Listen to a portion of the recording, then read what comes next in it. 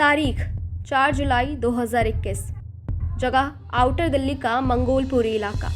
यहाँ एक इंसान की हत्या बड़े ही निर्मम तरीके से चाकू मारकर कर दी गई थी, जिसके बाद पुलिस ने केस तो दर्ज कर लिया, लेकिन कातिल पुलिस की पहुंच से मीलों दूर था। काफी मशक्कत के बाद फाइनली पुलिस को कामयाबी मिली और उसने सैफ के कातिलों को पकड़ लिया। इस मामले को सुलझाने के लिए पुलिस ने कई शहरों की खाक छानी और 600 किलोमीटर दूर से कत्ल के आरोपियों को गिरफ्तार कर लिया। दरअसल ये मामला है प्यार में किए गए कत्ल का। पुलिस के मुताबिक 4 अगस्त को जानकारी मिली थी कि मंगोलपुरी थाने के पास पार्किंग के सामने वाई ब्लॉक पार्क में एक इंसान को चाकू मार दिया गया है। पुलिस टीम मौके पर पहुंची तो पता चला कि लड़के का नाम सैफ है। रिश्तेदारों ने उसे पहले ही अस्पताल भेज दिया था, जहां पर उसे मृत घोषित कर दिया गया। पुलिस ने केस दर्ज कर जांच शुरू की तो चश्मदीद गवाहों ने बताया कि पार्क में 2 इंसान, जिसमें से एक का नाम बिल्ला था, वो सैफ पर हमला कर रहा था। जांच के दौरान पुलिस की टीम को पता चला कि संदिग्ध कानपुर का रहने वाला है। इसके बाद टीम ने कानपुर में आरोपियों के रिश्तेदारों के विभिन्न स्थानों पर तलाशी ली और आखिरकार पुलिस को टेक्निकल सर्विलांस की मदद से आरोपियों का पता चला। तफ्तीश के बाद पुलिस को ये भी पता चला कि वारदात के वक्त दोनों हमलावर घायल हो गए थे और दोनों ने सफदरजंग अस्पताल में अपना इलाज कराया और उसके बाद वो दोनों गिरफ्तारी से बचने के लिए यूपी भाग गए। पुलिस को फतेहपुर में आरोपी की सौतेली बहनों ने भी बताया कि दोनों आरोपी घायल हैं, जहां वो आर्थिक मदद लेने के लिए गए थे और फिर एक अज्ञात जगह पर चले गए।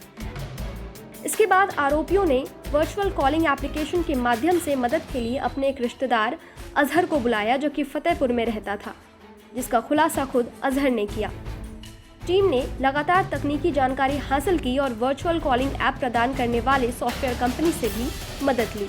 आगरा, कानपुर, फतेहपुर और लखनऊ तक 600 किलोमीटर से अधिक पीछा करने के बाद पुलिस की टीम को आखिरकार यूपी के बाराबंकी में सटीक जानकारी मिली कि 2 आरोपी दिल्ली की ओर एक बस में सवार हो गए हैं। बस का पीछा फिर से शुरू हुआ और दोनों को पकड़ने के लिए अलग अलग टीमों को लगाया गया, जिसके लिए करीब 170 सीसीटीवी कैमरों की तलाशी ली और 230 लोगों से पूछताछ की।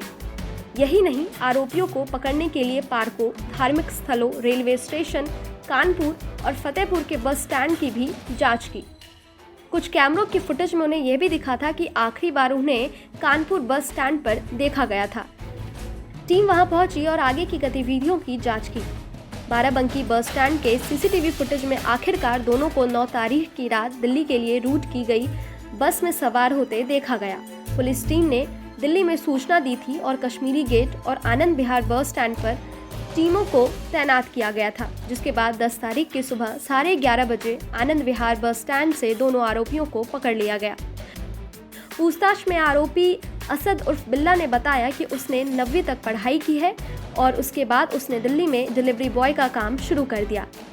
इसी दौरान उसे एक लड़की से प्यार हो गया, लेकिन लॉकडाउन की वजह से उसे कानपुर लौटना पड़ा, जिसके बाद उसका ब्रेकअप हो गया। कुछ टाइम बाद उसे पता चला कि सैफ नाम का कोई इंसान उसकी एक्स गर्लफ्रेंड को कॉल कर रहा है, जिस पर बिल्ला को गुस्सा आ गया और वो आग बबूला होने लगा। वापस दिल्ली आकर उसने सैफ को ढूंढा, उसकी गर्लफ्रेंड को कोई कॉल न करने की वार्निंग दी और वापस लौट गया। लेकिन जब सैफ ने उसकी बात को एक कान से सुनकर दूसरे कान से निकाल दिया, जिसके बाद उसके साथ वो हुआ जो वो सपने में भी नहीं सोच सकता था। घटना से 5 दिन पहले बिल्ला दिल्ली वापस आया और ऑनलाइन शॉपिंग ऐप से उसने एक बटन वाला चाकू खरीदा और फिर एक नाबालिग साथी के साथ मिलकर पहले तो सैफ को पार्क में बुलाया और फिर उसकी हत्या कर दी। फिलहाल पुलिस ने इन दोनों को गिरफ्तार कर जेल भेज दिया है। ब्यूरो रिपोर्ट, क्राइम तक। हमारे देश में कई ऐसे ज़रूरतमंद लोग हैं जिनकी मदद की गुहार आपके कानों तक नहीं पहुंच पाती। न जाने कितने ही ऐसे बेबस लोग हैं जो मजबूर हैं पैसों के साथ। आपकी एक थोड़ी सी मदद इनकी ज़िंदगी बदल सकती है। तो डोनेट करने के लिए या बाकी जानकारी के लिए आप नीचे दिए गए डिस्क्रिप्शन पर क्लिक करें।